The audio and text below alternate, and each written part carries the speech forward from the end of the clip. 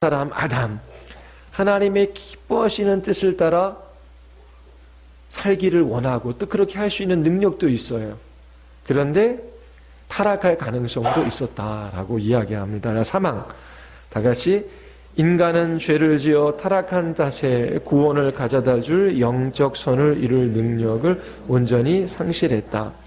따라서 그런 선을 혐오하며 죄 가운데 죽은 상태이기 때문에 자신의 힘으로 스스로 회개하거나 그렇게 할 준비를 갖출 수 없다.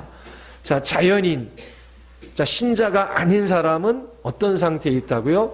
영적으로 죽어 있어요. 죄 가운데 죽은 상태이지요.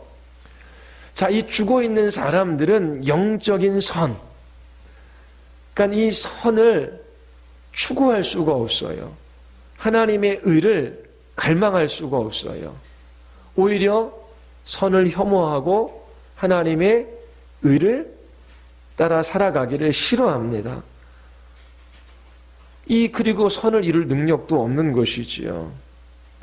자신의 힘으로는 하나님의 기뻐하시는 뜻을 알 수도 없고 그것을 따라 살아갈 수도 없다라고 하는 거예요. 죽어 있기 때문에. 자, 그게 사망에서 얘기하는 것이고, 사항 같이 한번 읽어봅시다. 하나님은 죄인을 해결시켜 은혜의 상태로 옮기실 때 제 아래 속박되어 있는 자연 상태에서 그를 자유롭게 하시고 오직 은혜로 영적 선을 바라고 행할 수 있는 능력을 주신다. 그러나 인간은 아직 부패함이 남아있는 관계로 선한 것만을 완전하게 행하거나 바라지 못하고 악한 것을 아울러 바라고 행한다. 자, 인간은 죄의 속박 가운데 있습니다. 마음에 원하는 것이 있는데 이 원하는 것은 죄된 본성에서 나오는 거예요. 하나님의 기뻐하시는 뜻을 따라 살고자 원하는 마음이 없어요. 왜요? 영적으로 죽어 있기 때문에. 그래서 하나님께서 은혜로 그를 자유롭게 해주셔야 돼요. 이 영적 속박에서 벗어나게 해주셔야 합니다. 그때 이 영적인 선을 추구할 수도 있고 또 그것을 따라 살아갈 수 있는 능력도 하나님께서 주시는 겁니다. 그런데 인간은 완전해요? 여전히 부패해 있지요. 그래서 마음 한쪽으로는 하나님의 기뻐하시는 뜻을 따라 살고 싶지만 다른 한쪽은 여전히 옛자의 성품을 따라 살고 싶어하는 마음이 있는 거예요. 자, 그래서 두 본성이 갈등을 일으키는 것이지요. 지난주에 말씀드린 것처럼 옛자는 굶어 죽이고 또 새롭게 된 그 마음은 먹여 살려야 되는 것이죠. 다른 말로 하면 죄를 죽이고 한쪽에서는 은혜를 살리는 것입니다. 그게 하나님의 말씀, 기도, 이런 은혜의 방편이 중요한 거예요. 그래서 하나님의 말씀을 따라 살고자 하는 이 욕망은 더 크게 하고 그리고 죄를 따라 살고 싶어하는 옛자의 욕망은 줄어들게 하고 그랬을 때에 우리가 하나님의 뜻을 따라 순종하는 삶을 살아갈 수 있게 되는 것입니다. 근데 말씀을 떠나가요. 기도하지 않아요. 세상의 영향을 받아요. 그러면 이 마음 안에 있는 욕망이 뭐가 커지겠습니까? 새로운 사람의 욕망이 커지는 것이 아니라 옛자의 욕망이 커지는 겁니다. 그러면 의지는 이 마음에서 나오는 것을 따라 선택하게 되어져 있습니다. 그리고 5항은 인간의 의지는 영화의 상태에서만 완전하고 변함없이 자유롭게 되어 온전 선만을 추구한다. 자, 이 인간의 의지는 영화의 상태, 우리가 부활체의 몸을 입고 우리가 완전히 구속받았을 때에 우리의 의지는 더 이상 죄의 영향을 받지 않고 온전히 하나님의 기뻐하시는 뜻을 따라 살고 싶고 또 그렇게 살아갈 수 있게 된다라고 하는 것입니다. 자, 이 이야기를 간추려서 다시 한번 여러분들에게 말씀을 드릴게요. 누구도 자신의 마음 안에 있는 이 강력한 열망을 거슬려 선택할 수 없어요. 아닌데 저는 할 수 있는데요. 그런 사람이 가끔 나타납니다. 자, 여기 지렁이가 있어요. 지렁이 먹나요? 동물, 이게 주는 이렇게 곤충 같은 건데 그 사람들이 먹기도 한다 그러는데 어쨌든 지렁이가 있어요. 그러면 마음의 욕망이 지렁이를 먹고 싶은 거예요? 안 먹고 싶은 거예요? 대답을 안 하시면 먹고 싶어요? 갖다 줄까요? 먹고 싶어, 안 먹고 싶어요? 안 먹고 싶어요. 그래서 이제 이런 얘기를 해요. 강한 열망, 먹고 싶지 않은 강한 열망이 있으면 그걸 선택을 하잖아요. 근데 이게 싫어가지고 아니에요. 나는 지렁이를 먹을 수도 있어요. 난 먹고 싶지 않은 욕망도 있지만 나는 자율적인 인간이에요. 나는 이것도 저것도 마음대로 선택할 수 있어요. 그걸 보여주고 싶어 해요. 그래서 지렁이를 먹고 싶지는 않지만 이 욕망이 있지만 지렁이를 먹었어요. 이 사람은 강한 열망을 따라 선택한 것이 아니라 두 가지를 선택할 수 있는 자율적 인간입니까? 그게 아니라 마음에 어떤 욕망이 더 커요? 다른 사람에게 나는 이것도 할 수 있다라고 하는 그 욕망이 크기 때문에 지렁이를 집어먹는 거예요. 예, 그러니까 인간이라고 하는 것은 마음에 강력한 이 열망을 거슬러서 선택할 수가 없어요. 예외가 없다라고 하는 것입니다. 우리가 선택하는 것은 우리의 마음이 바라는 거예요. 그러므로 이 선택에 있어서 책임은 누구에게 있다? 하나님께 있는 게 아니라 우리에게 있는 거예요. 가룟 유다가 예수님을 은삼십에 팔았어요. 자기 자신의 의지를 가지고 한 거잖아요. 근데 그 의지는, 그 행동은 어디에서 나온 거예요? 그의 마음의 본성으로부터 나온 거예요. 하나님을 대적하는 마음이 있으니까, 예수님을 팔고자 하는 그 마음이 있으니까 그 마음에서 의지적 행동을 한 거지, 하나님께서 억지로 그를 시켜서 그렇게 한 게 아니에요. 그래서 가룟 유다의 이 죄에 대한 책임은 누구에게 있다? 자기에게 있다라고 하는 것입니다. 인간의 자유의지는 이 마음에 가장 바라는 것과 관련되어져 있어요. 하나님께서 인간을 창조하실 때에 이러한 생득적 자유를 주셨습니다. 마음이 바라는 대로 자유롭게 행동할 수 있도록 사람을 창조하신 거예요. 신자이든 불신자이든 이 자유가 있습니다. 이처럼 하나님께서는 우리가 기뻐하는 대로 자유롭게 행할 수 있도록 우리에게 자유를 주셨어요. 하나님께서는 이 자유를 허락하셨을 뿐만 아니라 이 자유를 지속해야 하고 이 자유를 주관하셔요. 그러니까 하나님의 주권은 바람에 꺼져가는 촛불, 이 인간의 자유의지를 보호하는 두 손과 같아요. 하나님께서 자유의지를 부여하신 거예요. 그러나 신자에게만 있고 불신자에게는 없는 자유가 있어요. 신자에게만 있는 자유. 그게 무슨 자유입니까? 죄로부터의 자유입니다. 이것을 도덕적 자유라고 그렇게 부를 수 있어요. 자, 우리는 태어나면서부터 본성적으로 중립적으로 태어납니까? 죄인으로 태어납니까? 아니면 의로운 사람으로 태어납니까? 본성적으로 죄인이지요. 죄인으로 태어난다는 거 다 인정하시죠? 본성적으로 죄인이에요. 그럼 죄인으로 태어난 사람이 그 마음으로부터 자유롭게 선택하는 것은 뭐겠어요? 선택하는 건 뭐예요? 죄악된 것이라는 거예요. 죄악된 것을 열망하는 것입니다. 그러니까 우리의 이 의지는 죄악된 본성에 매여 있어요. 누구나 모든 인간은 자기 자신이 기뻐하는 것을 자유로이 행할 수 있지만 이 불신자들은 죄된 본성에서 흘러나오는 그것만 선택하기 때문에 왼쪽에 있는 것을 선택해도 죄로 들어가고 오른쪽을 선택하는 것도 죄로 들어가게 되어 있다라고 하는 것입니다. 본성적으로 죄인으로 태어난 사람은 무슨 일을 해도 다 죄의 일을 할 수밖에 없는 거예요. 마가복음에 속에서 곧 사람의 마음에서 나오는 것은 악한 생각, 곧 음란과 도둑질과 살인과 간음과 탐욕과 악독과 속임과 음탕과 질투와 비방과 교만과 음해함이니 이 모든 악한 것이 다 속에서 나와서 사람을 더럽게 하느니라. 죄인들에게 있어서 자연인들, 본성적으로 죄인으로 태어나는 사람들에게 있어서 하나님의 영광을 따라 살아가고자 하는 열망이 있습니까? 없습니까? 없어요. 하나님의 기뻐하시는 뜻을 따라 살고 싶다. 내 인생의 계획이 이루어지는 것이 아니라 내 인생의 하나님의 계획이, 하나님의 뜻이 이루어지기를 원한다. 이런 고백은 누구만 할 수 있어요? 신자들만 할 수 있어요. 성령께서 우리를 새로운 피조물로 다시 태어나게 하시기 전까지는 이런 도덕적 자유를 가질 수 없습니다.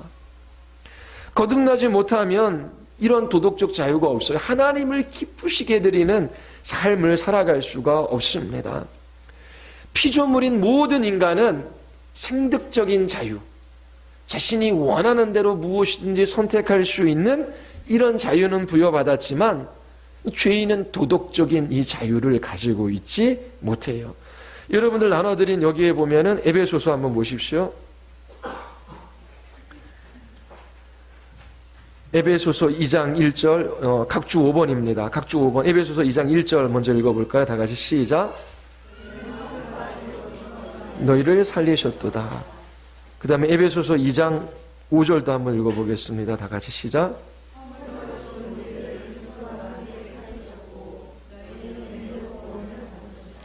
자, 예수님을 믿기 전 그들은 병들어 있던 것이 아니라 어떤 상태에 있었다고요?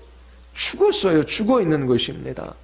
로마서 8장 7절 그 위에 보면 각주 3번에 있습니다. 우리 같이 한번 읽어볼까요? 다 같이 시작.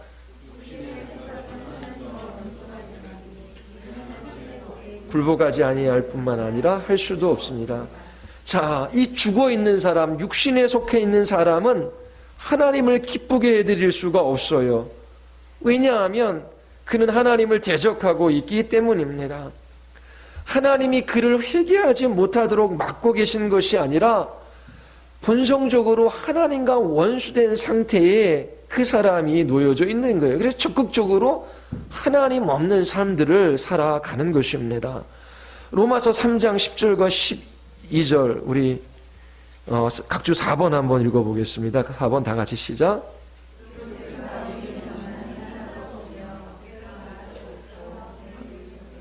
선을 행하는 자도 없나니 하나도 없도다. 그리고 고린도서 2장 14절 각주 6번 중간 밑에 보면 고린도서 2장 14절 있죠. 다 같이 한번 읽어보겠습니다. 시작.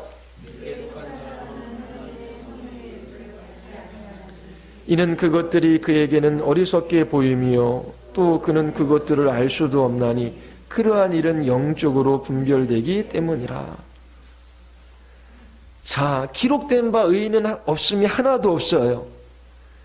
다 치우쳐 함께 무익하게 되고 선을 행하는 자도 없나니 하나도 없대요. 이러한 육신에 속한 사람들은 오직 복음으로만 구원받을 수 있어요. 그런데 그들의 유일한 소망인 이 복음이 그들의 귓가에는 들리지 않아요. 하나님께서 그들에게 새 마음을 주시기까지 복음을 받아들일 수가 없는 것입니다. 육에 속한 사람은 하나님의 성령의 일들을 받지 않아요. 예수 그리스도께서 죄인들을 위하여 십자가에 달려 죽으셨습니다. 예수님께서 죽은 자 가운데 부활하셨어요. 첫 열매가 되셨어요. 우리에게도 부활의 소망이 있습니다. 예수 그리스도를 믿으십시오. 말도 안 돼. 어떻게 2000년 전에 죽은 사람이 우리를 구원할 수 있어? 어떻게 죽은 사람이 다시 살아날 수 있어? 아무리 이야기해도 틀리지 않아요. 그 이유는 뭐예요? 죽어 있기 때문에. 그래서 하나님을 갈망할 수도 없고 도덕적인 선을 선택할 수도 없습니다. 하나님이 이끄셔야 그들이 이 복음을 들을 수 있어요. 그래서 요한복음 6장 44절 우리 뒤쪽으로 넘어가시면은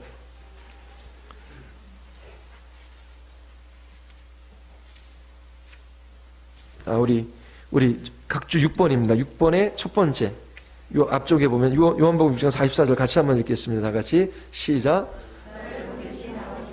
이끌지 아니하시면 아무도 내게 올 수 없으니 오는 그를 내가 마지막 날에 다시 살리리라.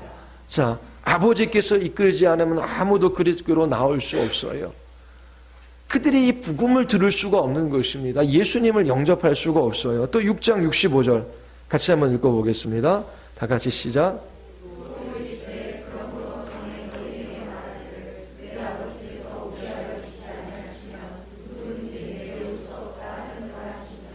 자, 누구든지 내게 올 수 없다. 자, 또 이것 가지고 또 걸려 넘어지는 사람이 있습니다. 예수님을 따르던 사람들이 예수님을 떠났어요.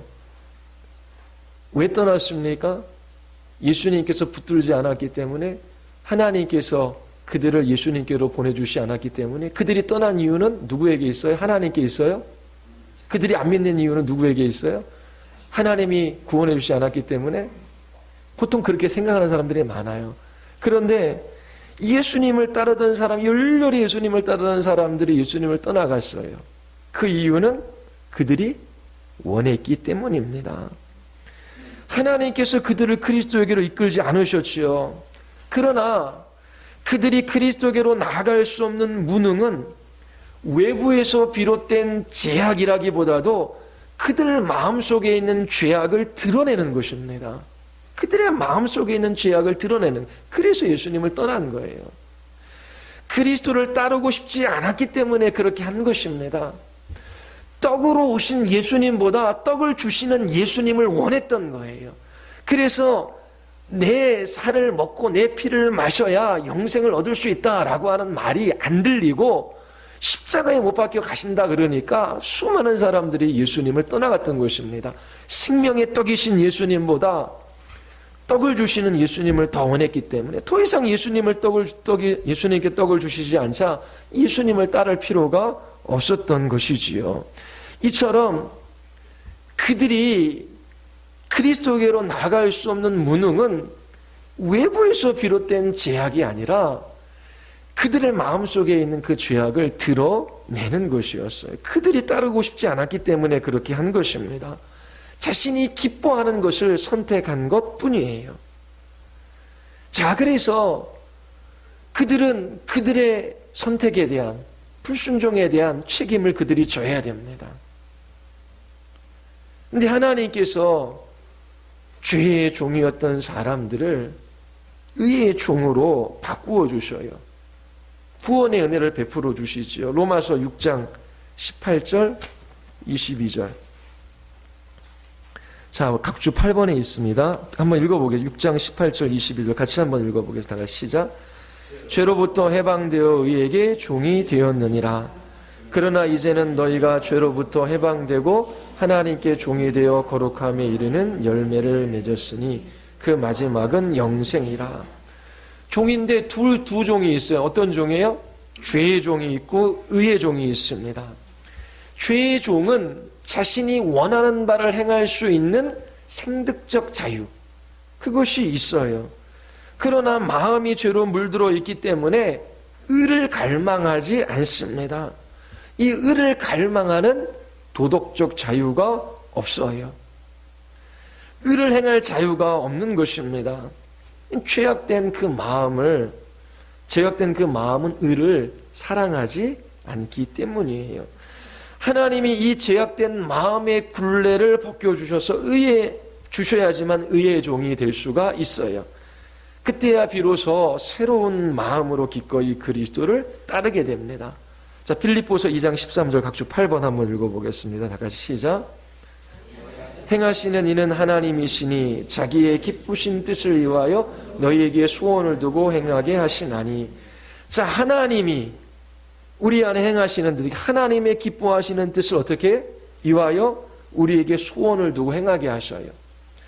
자, 우리의 마음 안에 하나님의 기뻐하시는 뜻을 따라 살고 싶어하는 갈망을 주셔요. 이건 누구의 갈망이에요? 나의 갈망이에요. 근데 누가 주신 거라고? 하나님께서 주신 거예요. 근데 내 갈망이에요. 그래서 우리는 이 마음의 원함을 따라 어떻게 해요? 하나님의 의를 추구하며 그 의에 순종하며 살아갈 수 있게 된 것입니다. 하나님께서 우리에게 하나님의 기뻐하시는 뜻을 따라 살고자 하는 소원하는 마음을 주신 것이지요. 이게 새로운 마음을 가진 신자들의 모습입니다. 오늘 오전 부활에 대한 설교를 했어요. 자, 이 세상에서 부유함이 가져다주는 안락함과 편안함, 그리고 우리 가족의 기쁨과 행복, 그리고 어떠한 위험도 고난도 문제도 질병도 없는 삶, 이런 것들을 이 세상에서 추구해요. 원하는 거잖아요. 그렇죠? 이러한 원하는 것을 누구든지 선택하며 살아가고 이 세상에서 얻을 수 있어요. 또 그런 자유가 있어요. 그런데 도덕적 자유,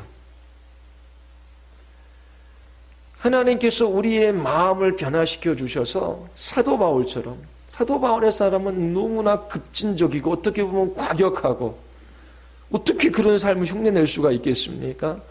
그런데 모든 그리스도인들의 마음속에서는 희생하고 봉사하고 섬기고 자기 자신보다 주의 이름을 높이고 또 남을 낮게 여기고자 하는 갈망하는 마음이 있어요. 근데 이게 안 돼서 문제잖아요. 그렇죠?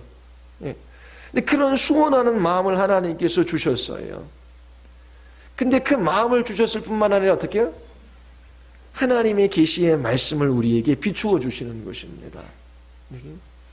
예수 그리스도께서 십자가에서 죽으시고 죽은 자 가운데 부활하셔서 부활의 첫 열매가 되셨다. 열매를 땄어요. 나머지도 주렁주렁 열릴 거예요.